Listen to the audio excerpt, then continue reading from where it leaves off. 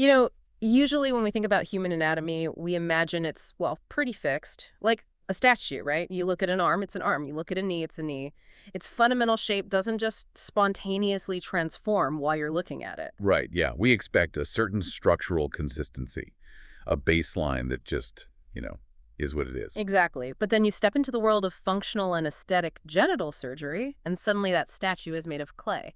Depending entirely on the angle of your hips, the anatomical landscape completely changes shape. It really does. It is a fascinating engineering problem, honestly. Yeah. So today we're diving into a stack of surgical textbooks and medical journals to find out why cosmetic surgeons are constantly falling for anatomical optical illusions, and why cutting away tissue is sometimes the exact opposite of what a patient actually needs. We're talking about a highly dynamic, incredibly vascular region of the body here.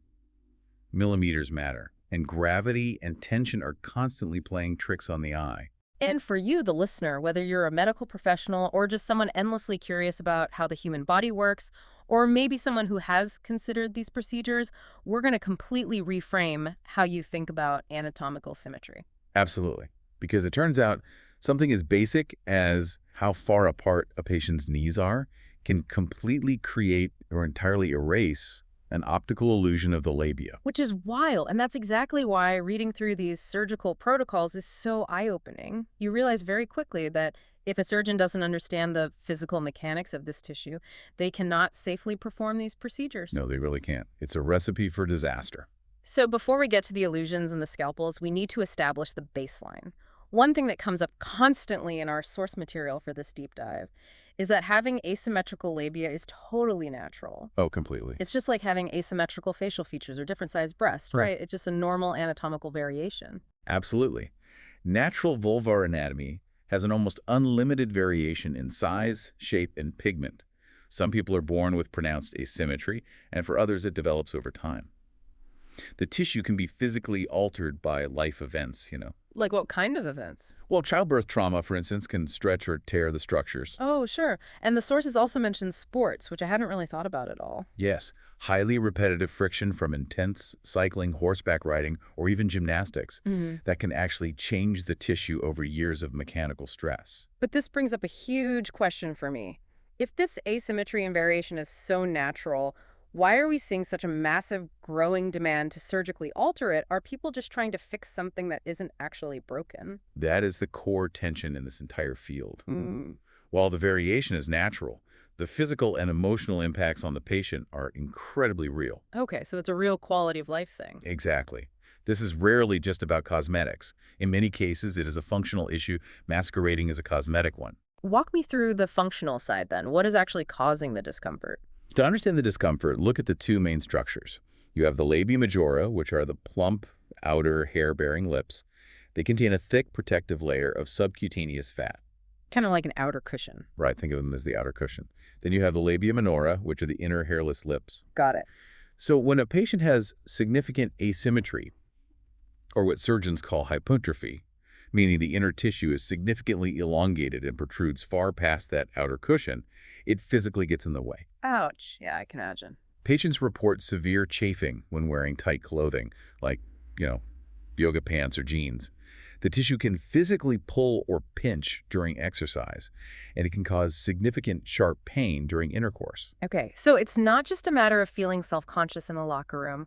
We are talking about chronic, daily physical pain. Precisely. And because every single patient's anatomy is wildly different, treating this pain requires a highly specific physical evaluation. You can't just apply a standard mathematical template to the tissue. You really have to evaluate how it behaves in space. Which brings us to the optical illusion. And honestly, this is the part of the research that absolutely blew my mind. It's incredible, isn't it? It really is. The anatomy is so dynamic that a surgeon can completely misjudge the symmetry depending on whether the patient is standing up or lying down. It is the ultimate diagnostic trap. Let's look at how patient positioning drastically alters the visual assessment, particularly before making a surgical cut, or, say, doing a volume injection. Like, start with standing up. Gravity is just doing its thing, right? Exactly. When a patient stands up, gravity pulls downward on the labia majora and minora. This is critical because that is how the patient experiences their body in everyday life. Right. You spend most of your day vertical. Right, so the surgeon needs to see the true laxity of the tissue under normal gravitational weight. But here is the catch. You don't perform surgery or inject fillers with a patient standing up. Right. Obviously, they're lying down on an exam table. And the moment they lie down, the illusion begins. If you read the pediatric screening protocols in our sources, they highlight a fundamental mechanical principle about this tissue. That's the principle. When a doctor examines an infant female in a supine position, just lying flat on her back, the protocol explicitly warns them to only spread the hips to a slight 45-degree angle. Just a relaxed, slight V shape. Why is that specific angle so important? Because of what happens if you go past it. If the hips are placed in what's called exaggerated abduction, think of a full lithotomy position, which is what you see in a standard gynecological exam or surgery. With the patient lying back and their legs spread wide and high in stirrups. Exactly. That completely distorts the anatomical map. So spreading the legs that wide actually changes the shape of the tissue itself. Drastically. That wide stance pulls the skin and the underlying fascia, the connective tissue, incredibly tight, like stretching a drum head. Oh, wow. Yeah, that mechanical tension physically yanks the clitoris and the inner labia minora outward. It makes them look significantly more prominent and protruding than they actually are. I see. So a surgeon could be looking at a patient whose legs are in stirrups and think, wow, this patient has a huge excess of inner tissue that needs to be surgically removed, when in reality, it's literally just the tension of their posture pulling it outward. Exactly. It's a completely manufactured illusion. And the exact opposite happens if you bring the legs together. That's called adduction. Okay, what happens then? Well, if the legs are close together, the plump outer labia majora roll inward and can completely hide the inner lips. But wait, hold on. If the tissue shifts and hides itself that dramatically, depending on whether your legs are 45 degrees apart or locked in full stirrups, how does a surgeon ever establish a true baseline? It's a real challenge. I mean, how do they avoid cutting away too much tissue or injecting filler into the wrong spot if they can't even trust what they're looking at on the operating table? It all comes down to the preoperative map. The gold standard in these surgical texts is that you must mark the patient with surgical pens while they are standing up. Oh, while they're standing. Yes. The surgeon physically maps out the edges, the elevations, and the asymmetries while gravity is pulling naturally. But wait, skin stretches. If they draw a map with a marker on stretchy skin while the patient is standing, wouldn't that marker ink stretch and warp completely out of proportion when the patient lies down and puts their legs in stirrups? How is that ink map reliable? That is a fantastic point, and it's why they don't just draw straight lines. They mark specific topographical landmarks. Like drawing a literal map. Exactly. They mark the apex of a fold or the exact point of the most severe asymmetry. When the patient lies down and the skin stretches, the line itself might warp, but the surgeon knows that specific dot corresponds to the structural reality of the standing position. Wow, okay. They have to trust that topographical map over their own eyes when the patient is in stirrups, because if they just eyeball it during the procedure, it leads to botched outcomes like over-resection. Meaning they amputate way too much tissue because it looked artificially stretched out in the stirrups. Exactly. And this optical illusion is especially dangerous when we talk about aesthetic injections. If a surgeon is trying to fix labial symmetry with fillers, assessing the tissue while it's pulled tight in a full lithotomy position is a recipe for disaster. Why is it worse for injections?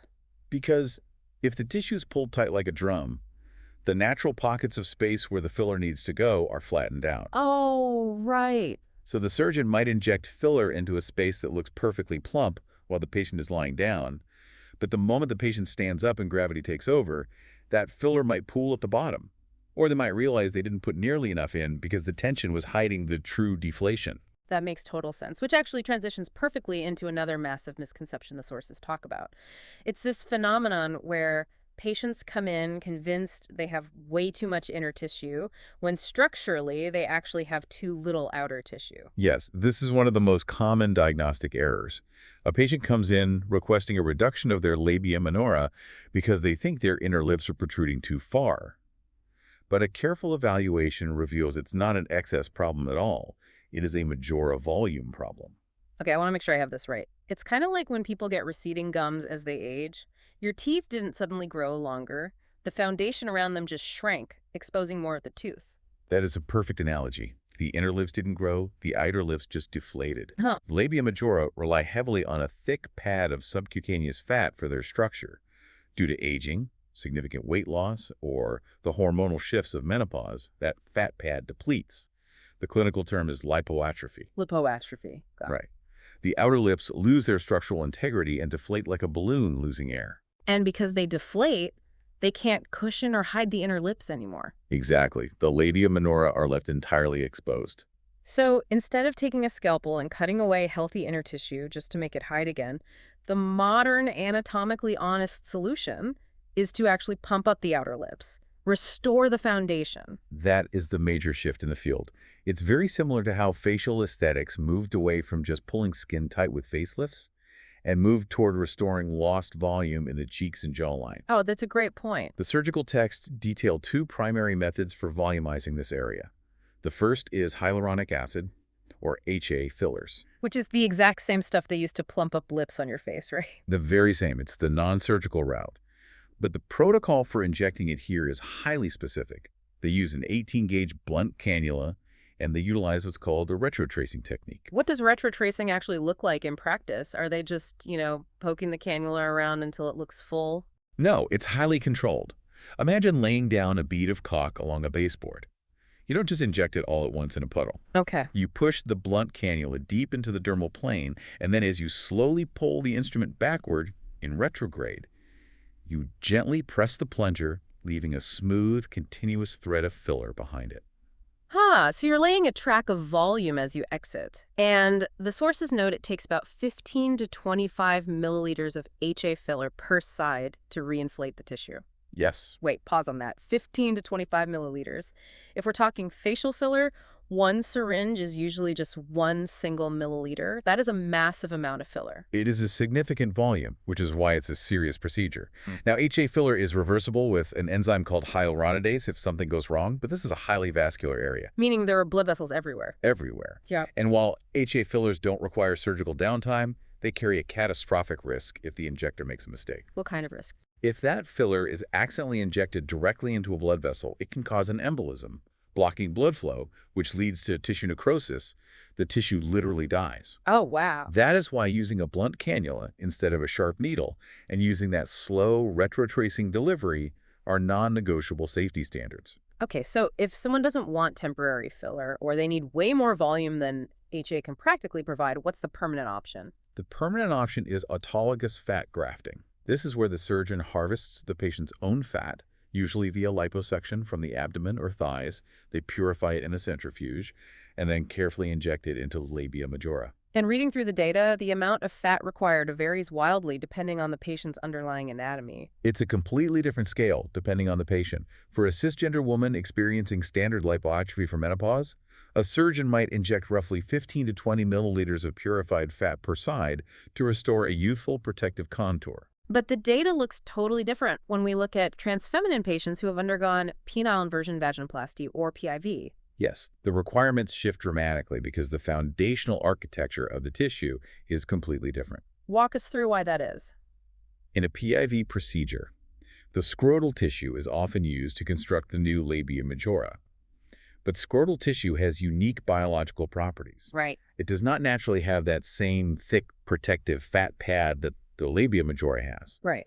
Furthermore, as that surgical site heals, there is often significant tissue contracture, meaning the tissue tightens and loses whatever volume was initially created. So to get a natural plump contour, they need a lot more help. A tremendous amount more. The surgical texts note that for a PIV patient, a surgeon might need to harvest up to 300 milliliters of fat from the abdomen just to yield enough purified fat to inject 50 to 100 milliliters per side into the newly constructed labia majora. That is an astonishing difference. 50 to 100 milliliters per side versus 15 to 20. It really highlights how adaptable these techniques have to be. A surgeon has to look at the foundational anatomy, the extent of the deflation, the biology of the specific tissue, and decide what tool actually makes sense. But what happens when volumizing the outer lips simply isn't enough? Let's go back to the patients who have genuine severe hypertrophy of the inner labia minora. Adding volume to the outside won't stop the chafing or the pain. They actually need a surgical reduction. In those cases, surgery is the only functional answer. And the textbooks break down the two primary surgical reduction techniques, the wedge technique and the trim technique. And they approach the physical engineering of the area in fundamentally different ways. I want to dig into the mechanics of these. Let's start with the wedge. This is where the surgeon literally cuts a V-shaped slice out of the thickest, most protruding middle part of the inner labia, removes that slice, and stitches the two remaining sides together. That's right. The primary aesthetic advantage of the wedge technique is that it preserves the natural, free edge of the labia minora. The very outer edge of that tissue has a specific natural pigmentation, a specific wrinkling and texture.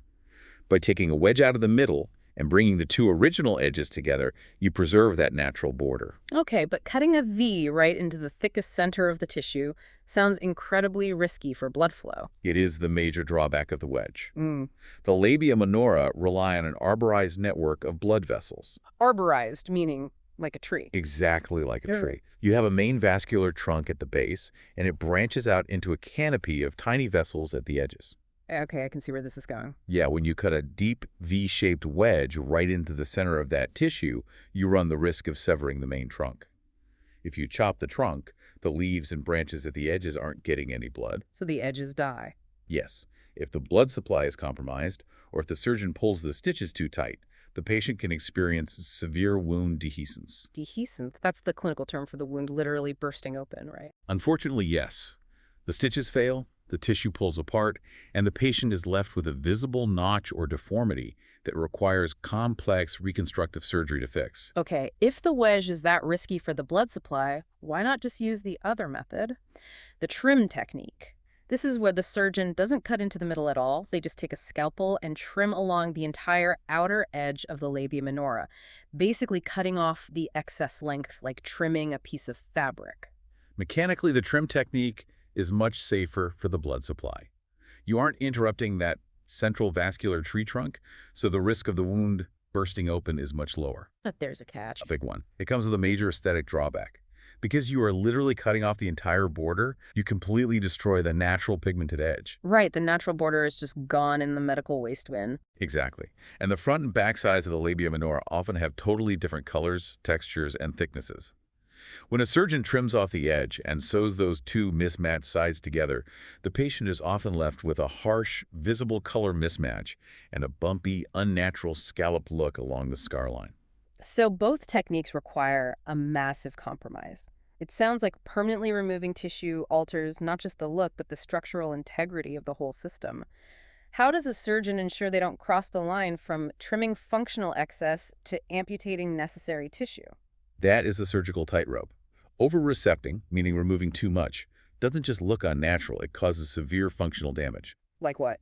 Well, if a surgeon aggressively over-resects the labia majora, for example, the tension of the remaining skin can literally pull open the lateral vaginal opening. Oh, wow. Yeah, it leaves a constant gaping appearance that exposes internal mucosal tissue to the air, which leads to chronic dryness, friction, and daily pain. And reading through the data, these severe complications aren't just limited to standard reductions. The sources track a lot of complications in transfeminine PIV patients as well, specifically regarding how scar tissue behaves. Yes, in the data tracking PIV outcomes, there are two major surgical complications that almost always predict the patient will need secondary fat grafting later on. The first is prolonged granulation tissue. Granulation tissue is the red, bumpy stuff that forms over a wound while it's healing, right? Normally, yes, it's part of the healing process. But if it persists for over 6 weeks, it indicates disordered healing and chronic deep inflammation. And I imagine chronic inflammation leads to intense scarring. Heavy scarring. And scar tissue isn't like normal stretchy skin. Right. As a scar heals, it acts like a drawstring. It tightens and pulls everything inward, which would completely flatten out whatever volume the surgeon originally tried to build. Exactly. The scar tissue shrinks and constricts the newly formed labia. This mechanism also leads to the second major complication tracked in the data, introital stenosis, which is a severe narrowing of the vaginal opening. Which is very serious. Very. It occurs at a significantly higher rate in patients who later require fat grafting, pointing to that severe scar tissue contraction during the initial healing phase. It really just emphasizes how wildly delicate this entire region is, regardless of the patient's baseline anatomy. It requires a profound understanding of vascular architecture, a deep respect for how human tissue behaves under tension, and incredibly meticulous planning. Okay, we have covered a massive amount of ground today. We've explored the intense complexity of this anatomical region. We learned how something as simple as patient positioning, whether standing, lying supine at a 45-degree angle, or placed in a full lithotomy stirrup position, literally changes the anatomical map. And those optical illusions can make or break a procedure, especially during an injection. Exactly. We also looked at the critical difference between true tissue excess and lipoatrophy, where the deflation of the outer labia majora creates the illusion of overgrown inner labia. Like receding gums exposing the teeth. Exactly that. Yeah. And we broke down how surgeons balance restoring that volume using HA fillers or autologous fat against the precise, risky surgical reductions of the wedge or trim techniques. It's a lot to weigh. It really is. So, as we wrap up, what does all of this clinical data actually mean for you, the listener? Whether you're studying this medically or just trying to understand the physical realities behind cosmetic surgery, it is abundantly clear that the human body isn't a static statue. It is a deeply interconnected, highly dynamic system where tension, volume, and gravity are constantly engaged in a tug of war. And if we step back and look at the bigger picture presented in these textbooks, it leaves us with a rather profound philosophical question. Oh. Yeah, as we read through these surgical protocols, the authors repeatedly note that the generally agreed on ideal for labia minora is for them to be perfectly symmetrical, thin, light-colored, and straight. Right, they literally use the word ideal to describe that specific look. Yes. Yet, in the very same chapters, these exact same medical texts freely admit that natural, healthy vulvar anatomy has almost unlimited, wild, beautiful variations in size, shape, and pigment. It is a complete paradox. They acknowledge the reality of human diversity, but still aim for a manufactured standard. It is. So the question we have to ask ourselves as a society is this. If cosmetic genital surgery continues to become as commonplace, as casual, and as highly systematized as getting lip filler or Botox in your forehead, what happens to our collective definition of normal? Will the endless, beautifully messy variations of natural human anatomy eventually be erased, all in favor of a single manufactured aesthetic ideal? That is definitely a thought to linger on. Thanks for taking the plunge into the medical text with us today. Keep questioning, keep learning, and we'll see you on the next deep dive.